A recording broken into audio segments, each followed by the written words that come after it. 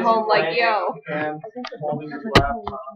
Instead of holding music, it's like recording his phone. So he's doing it so he can be in office. Here's the background.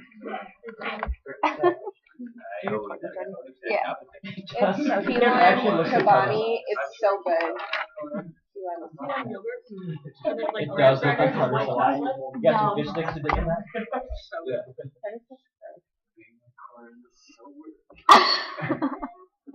Don't say anything in there. Alright. So what did I do this weekend? We had dining out. No, we Yeah. didn't. Yeah. That was fun. And then actually my parents came up this weekend, so I hung out with them, and they bought me groceries and got me food and stuff. So that was pretty awesome. And did homework. No. Oh my gosh. I was really concerned for my liquid. Nice catch though. Thanks. I worked on Sunday and I was really boring and did my homework all weekend. Yep. Thanks. Okay, I also had a pretty, boring weekend. I wrote a paper, and, I made plans with my sister for this weekend. Great passing. Friday we had dining in, and then I went home and I went to bed because I was really. Oh, and then Saturday we had a rugby game in Minnesota, and we lost, which kind of sucked because our competitive season's over. But now we don't have to play tomorrow. Play on Halloween in Iowa, which is nice. And we got back, and I didn't do anything, and I slept because I was really tired again. And then Sunday I did homework.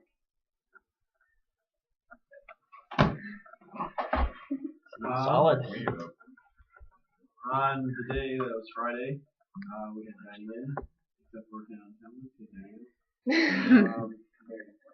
Yeah, and then this weekend I went to my parents' house in Sunbury and did homework.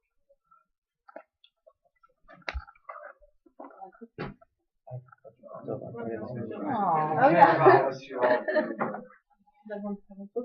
Yeah. I had a lot of friends over at my house on Friday night. What'd you do? Just talked. I heard there was a toilet. There was a toilet there. Was there guac? There's an extra toilet there. Was there guac?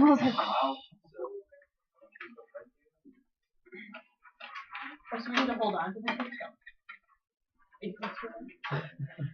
we're not grading housing now, so you're learning about the basics of briefing, so If you lose it, just turn you'll it be graded eventually. Good quality paper. Each of you at the turn of come and go, just passing around. Each of you look at it, pass it, and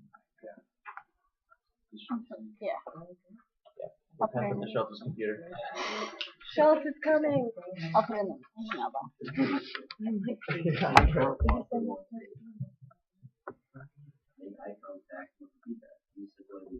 It's all the stuff that was from the reading. No, This is the same one we did. no, it's not forgetting ways of having right. I don't think it's changed time. Been a while since I do. If you look good, Does it say when it was last updated? Like,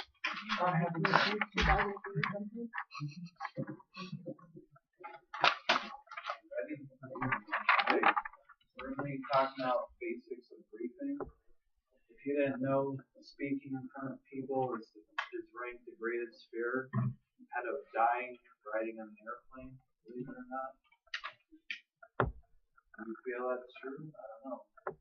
A lot of people are afraid to get up and speak in front of people. But that's why you're in this program, because we will help you get more comfortable throughout your time. And as you go on to active duty, you're certainly going to be talking to a lot of senior officers, so you want to be as best prepared as possible. So, even though the fear of speaking is common, it's definitely quality that's very admired, and there are a lot of people that are looking at you, so it's important to develop, and grow as a communicator. You want to be an effective communicator. That's going to help you throughout your career. So first, we're going to go over keys to successful briefing. That goes with planning, organizing, and implementation. So, these are the 7 steps for effective communication. First, you have to analyze your audience, understand who you're talking to, the purpose, what point are you trying to get across in your briefing. You obviously want to spend some time and research what you're going to be talking about. You have to support your ideas with facts, visual aids. Organization is very important. So the better you organize for a briefing, the better you're going to be able to flow through it effectively. And that begins with drafting, editing.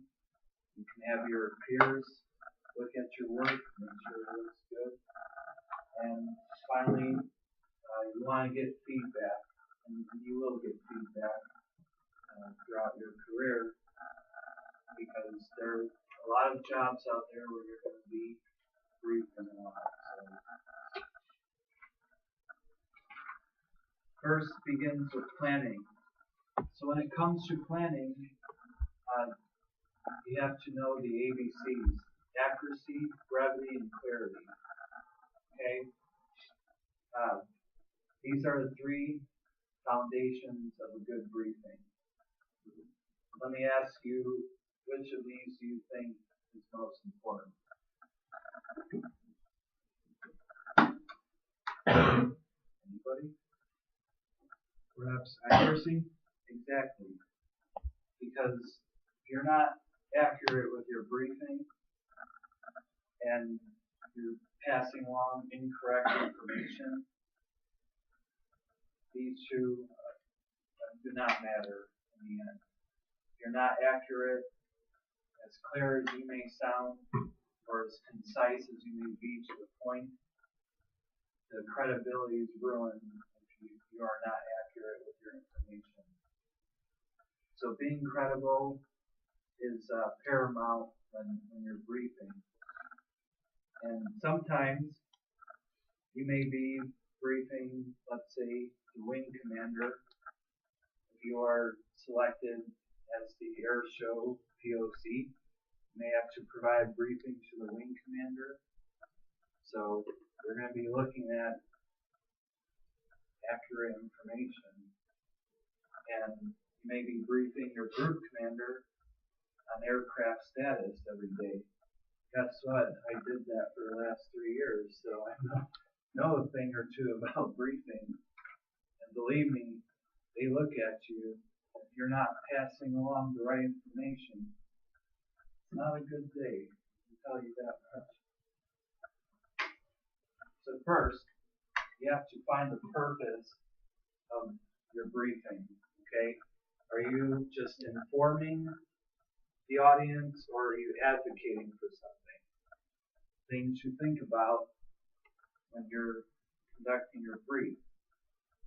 So there's a lot of reasons why being a second lieutenant and knowing what you're going to be talking about and the purpose behind it will make you stand out in front of your bosses.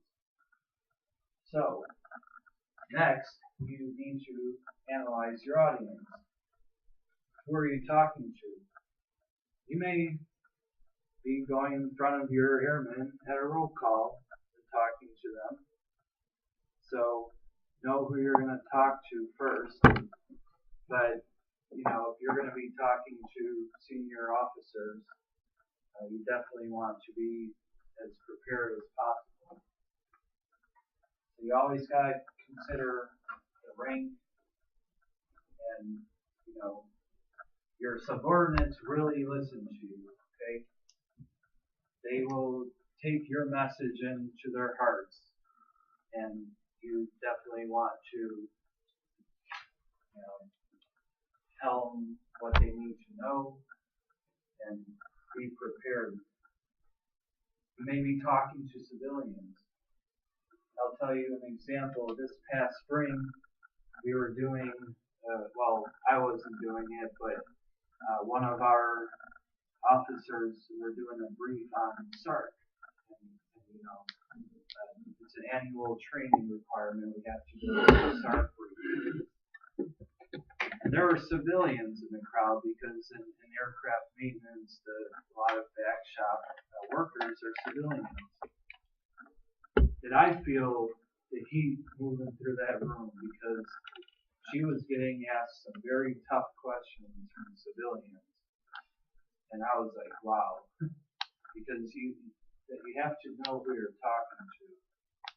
Some of these civilians are part of the old Air Force. Things were a lot different back then.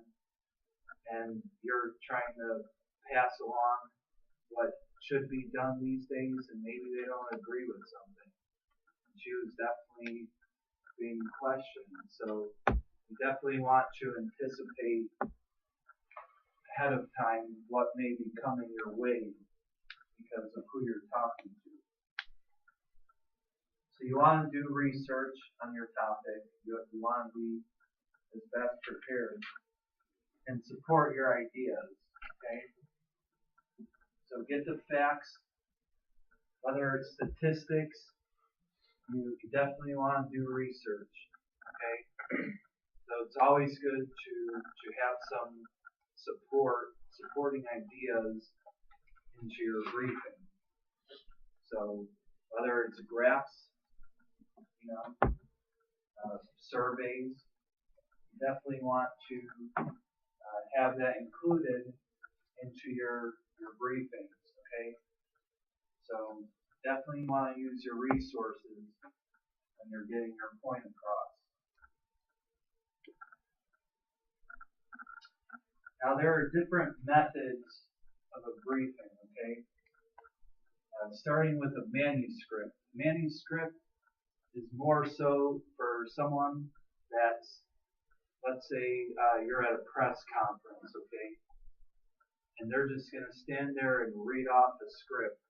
And that's it. There may not even be any questions throughout. It's just going to be, hey, I'm reading off of this script. And that's it. Okay, so they may just stand there behind the podium and read directly off the page without any slides. Those happen. Maybe not so much in your career, but that is one method of a briefing. Let me ask you, what do you think a benefit of a manuscript briefing is? You can ensure that you hit all the important facts exactly. Everything that needs to be. Now, a memorized, so that's exactly right. So a memorized briefing is one that you have probably practiced. You took time to practice. You rehearsed it, on your own time or in front of someone else. There are times where you will do a memorized briefing because maybe you have a trip coming up, you're going on a TDY, and you're going to be briefing everyone that's going with you. So you may do a dry run, per se, with your supervisor. So that's a memorized briefing is when you have practiced it, gotten like a check mark, okay, it's good to go, or hey, you need to fix this. There may not be any notes in this type of briefing. It might just, be something that you have ingrained in your head, and then you go off and you present it. What do you think some drawbacks to a memorized briefing could be? You might not account for questions that could come up because you have like everything planned out exactly how you wanted. So like if a question comes that you're not prepared for, then you might get like really like frazzled. Exactly. And maybe you might become distracted by something in the audience. So you might, lose your train of thought. So a memorized briefing can have its drawbacks because you're just going off of what you have in mind. Somebody throws something off the wall at you, that might become a challenge. So that might just totally ruin your briefing. Okay? So, then we'll go into impromptu briefings. You have all done this already. You know what an impromptu briefing is. You have no time to really prepare for it. You just get handed some sort of topic, and you gotta organize your thoughts and just go with the flow and no preparation. So, in a military setting, impromptu briefing can be done. Say you're at a staff meeting and the commander goes around the room and is like, all right, tell me what you think about this. There you go. Impromptu. You have to do it on the fly without any preparation. So impromptus can happen anytime on your job. You just don't know. And lastly, a prepared briefing is more of a common briefing that you would do. This is one that you would not have memorized, but you have prepared enough for it. You have maybe made an outline for it. So a prepared briefing is something that you had time to work on. So this may be considered the most versatile briefing that you would do, because this may not be the one where you're standing behind the podium, but you can go around the room and talk freely because you have prepared for it and you created a good organized format to where you're going to start with your intro, go to your main points, and go to your conclusion. Okay, so next, planning a briefing is definitely the start. Okay, and that begins with organization. So, this is your basic format. This is the format that you want to have as you are doing a prepared briefing. You're going to start with your introduction. You're going to stand in front, let's say your boss. You want to give a proper greeting. Again, know your audience. So like in aircraft maintenance, for example, when you go in and you brief aircraft status in the morning, start out by good morning, sir, ma'am, and go off. Okay? That's the first thing you want to do is properly greet. They obviously know you at this point, but if you are doing a briefing that nobody knows you, you want to introduce yourself. Tell them your name, rank, maybe your position in the squadron, so that they have an idea of who you are. Then you're going to go into an overview of what you're going to talk about. So you would typically have an overview slide and state what are those main points you're going to talk about in your briefing. Okay, so intro, body. The body is going to have all of your main points and your supporting facts in there. Okay, this is where you want to put in statistics, supporting ideas into your main points. Then you're going to go towards a conclusion. Normally, right here, you're going to have a recap of what you talked about, just to give the audience a refresher. Hey, this is what we talked about today. And then finally, closure. Are there any questions? You always want to open up to Q&A at the end. But Also, something in the main body that you want to include are transitions. So, finish one point, then proper transition into the next one. You don't want to be completely obtuse, so they're like, wait a minute, you just went from this to this, but I have no clue what you just talked about. So you want to have proper transitions through your points, okay? So again, these are just common points that you can mention into an introduction. Bless you. Bless you. Again, in your main body, facts, supporting ideas, sources. Sources are big, you want credibility with your information. So if you're doing a briefing on sexual assault in the Air Force, maybe you want to have 2014 statistics Air Force wide, not 2000. So you want to also be current with some facts.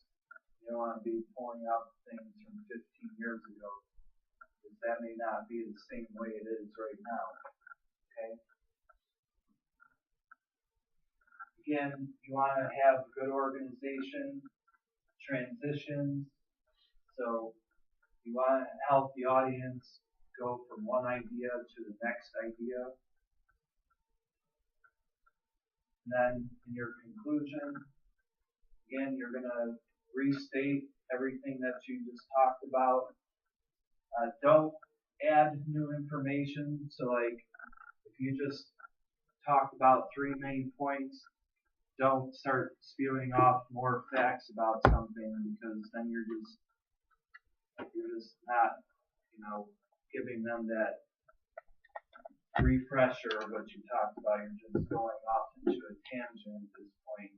So you don't want to be throwing in bullet points on this slide saying, oh, by the way, there's more information. You don't want to do that. And then again, you will finish by asking, are there any questions? Alright. Now that you have kind of gotten an understanding of planning and organizing, you also want to think about how you're going to go about implementing these. So, for example, visual aids, huge. You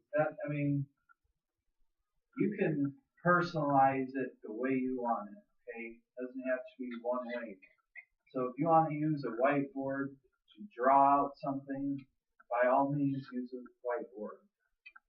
But if you want to use pictures, video clips to get a point across, that is huge. You want to use visual aids because it helps people from falling asleep, staring into space.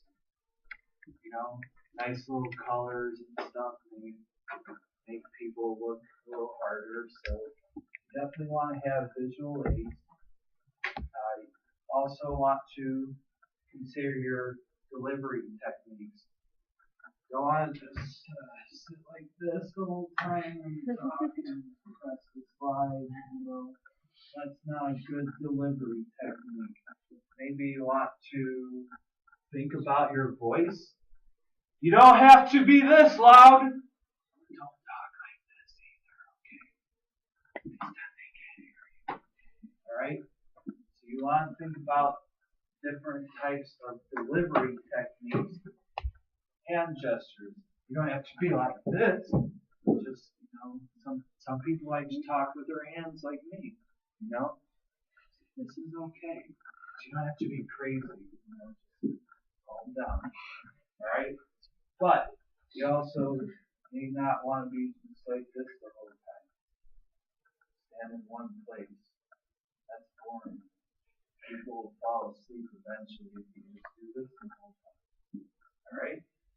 So those are some delivery techniques that you might want to consider in your briefing. And of course, you want to practice. So the more you practice, the more comfortable you're going to be. So, and you'll definitely get practice over your time. Again, visual aids are going to really help clarify things out for the audience. Keep them focused so that they don't fall asleep. And, you know, it's going to drive them to think about the points you're trying to get across to them. Also, you want to consider some tips for your visual aids. Okay, you want stuff that people can see.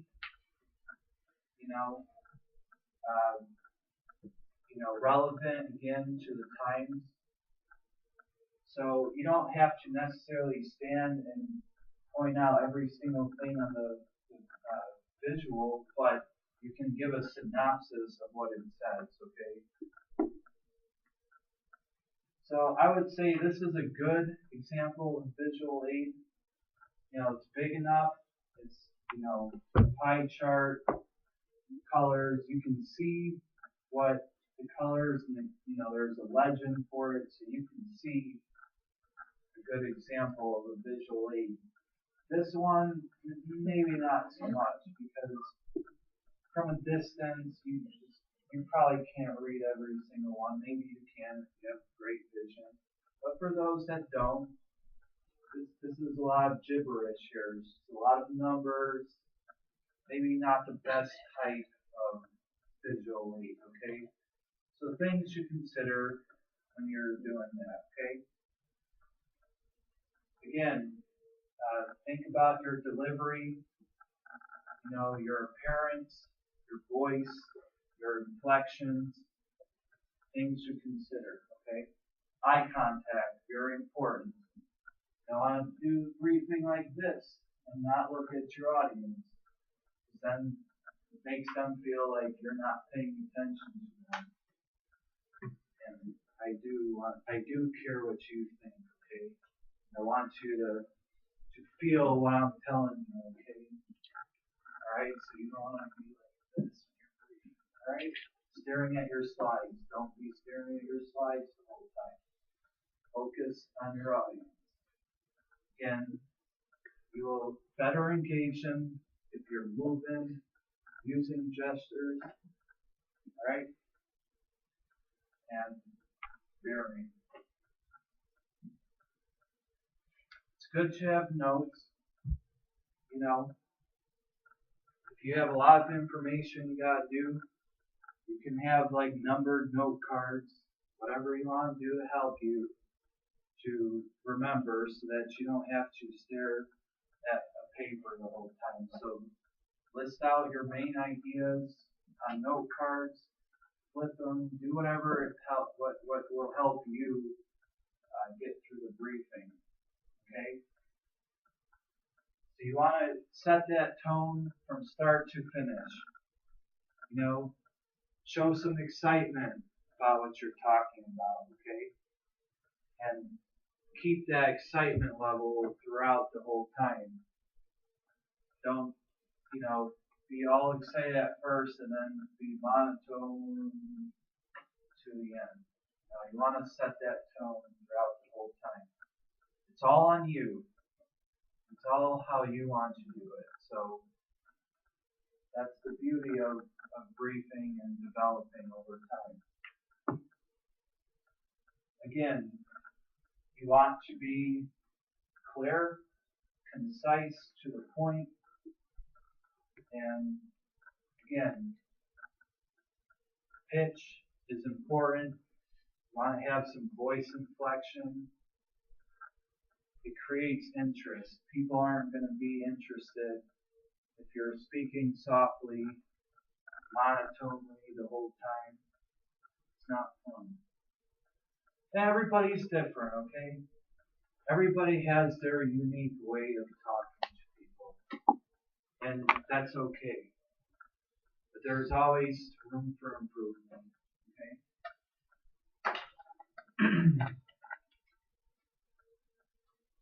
Again, you gotta stress that eye contact because that shows that you are engaged, that you care about your audience, alright? That you're not just trying to wing it. The last thing you want to do is wing a briefing just to get through it, alright? That's not a good method. And that's in tongue and quill. There's some do's and don'ts. You don't want to just wing it, okay? You want an active audience. You want them to ask questions, maybe have them stay engaged, right? Like the movement of that slide. So again, movement. You don't have to be crazy with that, okay? It's all right to go back and look at some notes, but it's also okay to move around a little bit. Because maybe you do something like this, and someone's sleeping, they'll be like, wait a minute. Moving around keeps your eyes moving and your brain moving so that you don't fall asleep. That's what you don't want your audience to do. Okay? You don't have to overdo it either, okay? You know, again, you want to be concise, but you don't have to throw in 10 different slides over one idea. A normal briefing, each idea, maybe 2-3 slides max. But you want to keep it cut, you want to cut to the point. You don't need 10 slides for each main idea. Don't overdo it. There's no reason for it.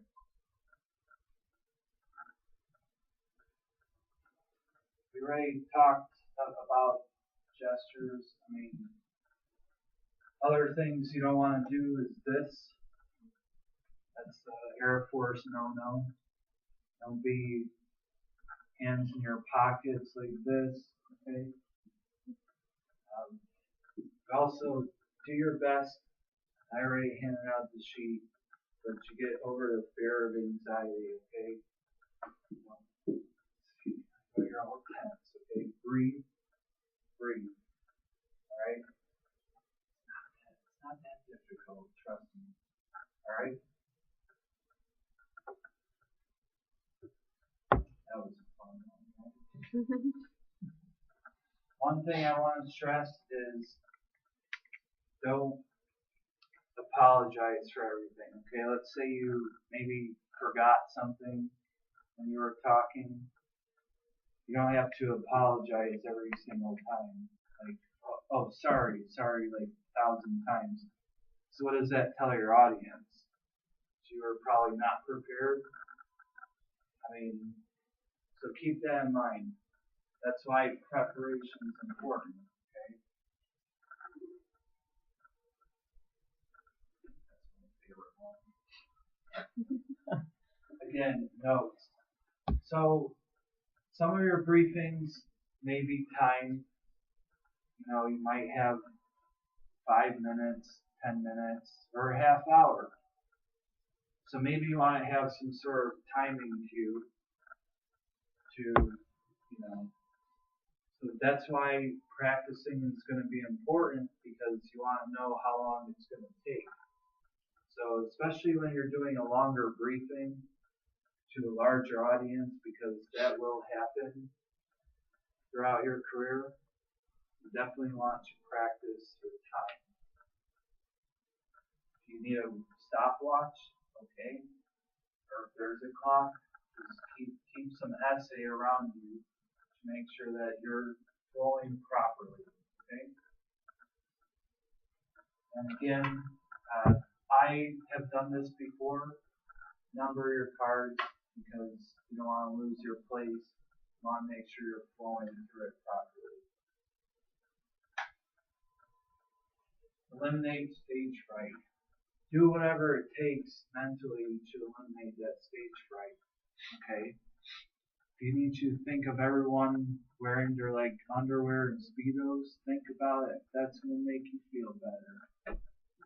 You know, something that'll make you release that fear, the audience, okay? Again, it's not easy the first time, but you definitely will progress and you will overcome it at some point. Just know that they don't know everything, okay? And you're teaching them something. So don't be afraid, because they are probably eager to learn the information that you're going to tell them. So be enthusiastic, you know, just show them that confidence that, you know, hey, I know what I'm talking about. This is the way it's done, and it's that easy, okay? You obviously can practice. You need to do it with a friend, do it with your peers at work. That's okay. There's nothing wrong with that. Alright? Ask for the feedback. Be like, what did I do wrong? Simple things you can do. And try to eliminate verbal pauses as much as possible. That's why you should have some notes with you. But, you know, you don't want to stand there and be silent for 20 seconds thinking about your next thought. That's why that preparation and that proper flow is going to prevent you from losing your place. And that's it.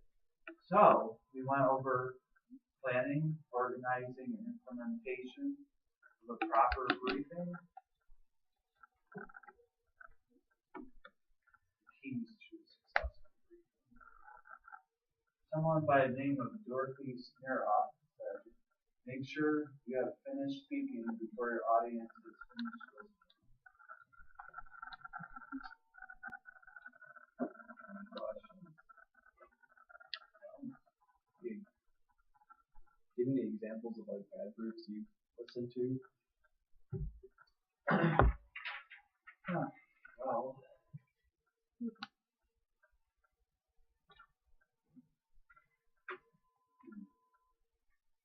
on the job, sometimes.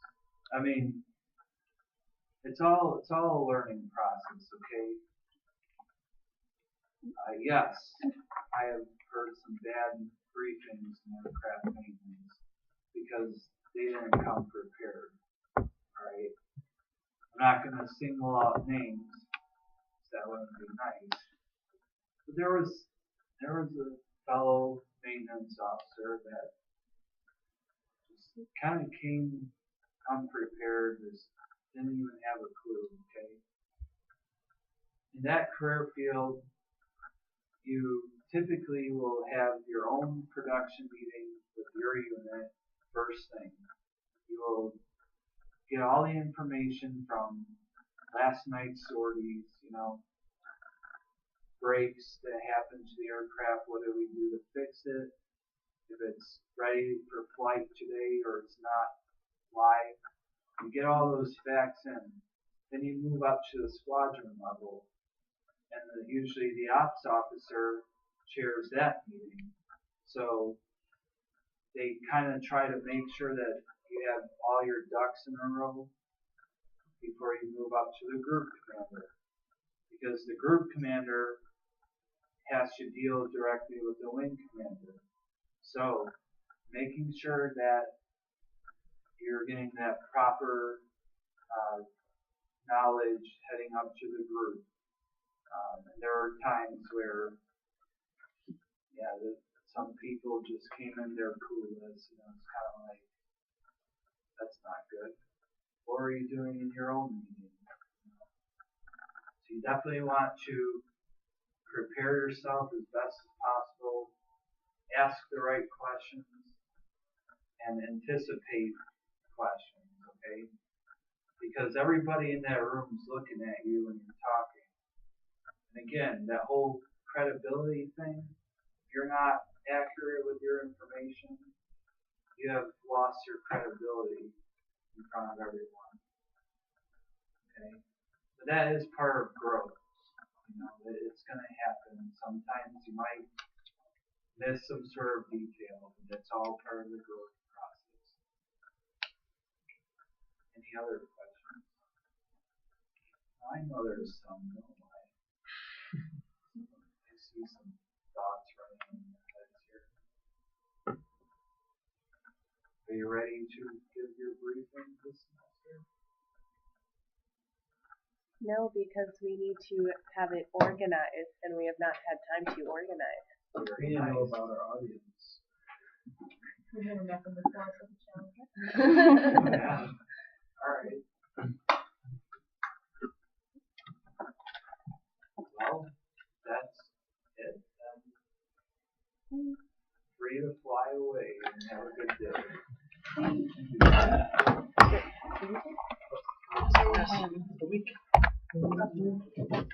Technically, my responsibility. I don't have research as class.